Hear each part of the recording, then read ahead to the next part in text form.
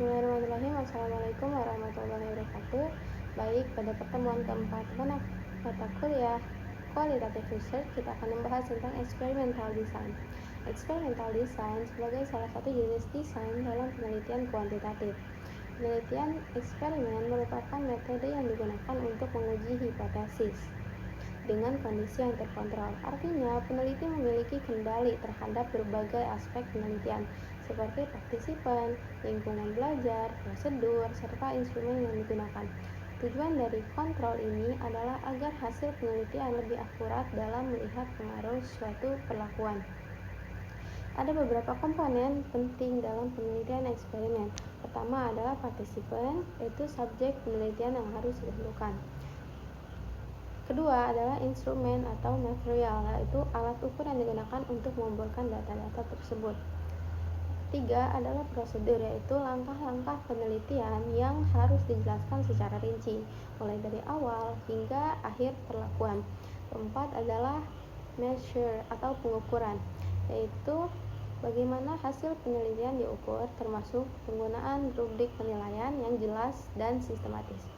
Dalam penelitian eksperimen terdapat dua variabel utama, yaitu independen dan dependen. Variabel bebas merupakan perlakuan atau treatment yang diberikan oleh peneliti, sedangkan variabel terikat adalah hasil atau dampak dari perlakuan tersebut. Instrumen yang digunakan dalam penelitian harus memenuhi dua syarat utama, yaitu valid dan reliable. Penelitian eksperimen juga menggunakan hipotesis, yaitu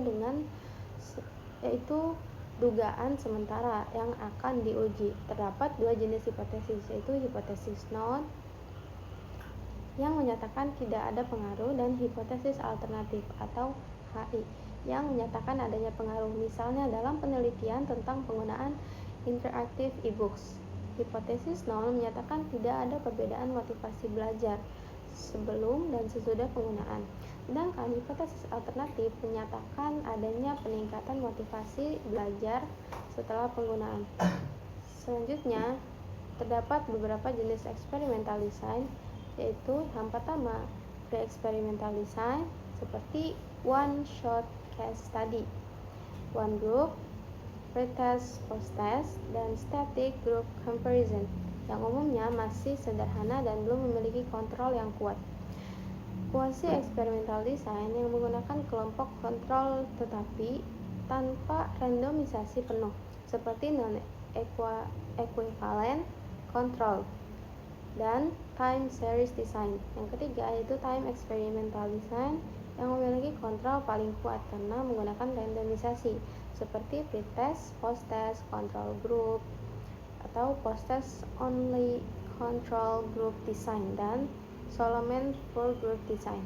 Yang keempat yaitu adalah single subject design yang berfokus pada satu objek dengan pengamatan berulang melalui fase baseline dan treatment. Dalam analisis data penelitian eksperimen, peneliti biasanya menggunakan statistik deskriptif untuk menggambarkan data statistik inferensial untuk menguji hipotesis serta menghitung effect size untuk mengetahui seberapa besar pengaruh perlakuan. Selain itu, data juga sering disajikan dalam bentuk grafik agar lebih mudah dipahami.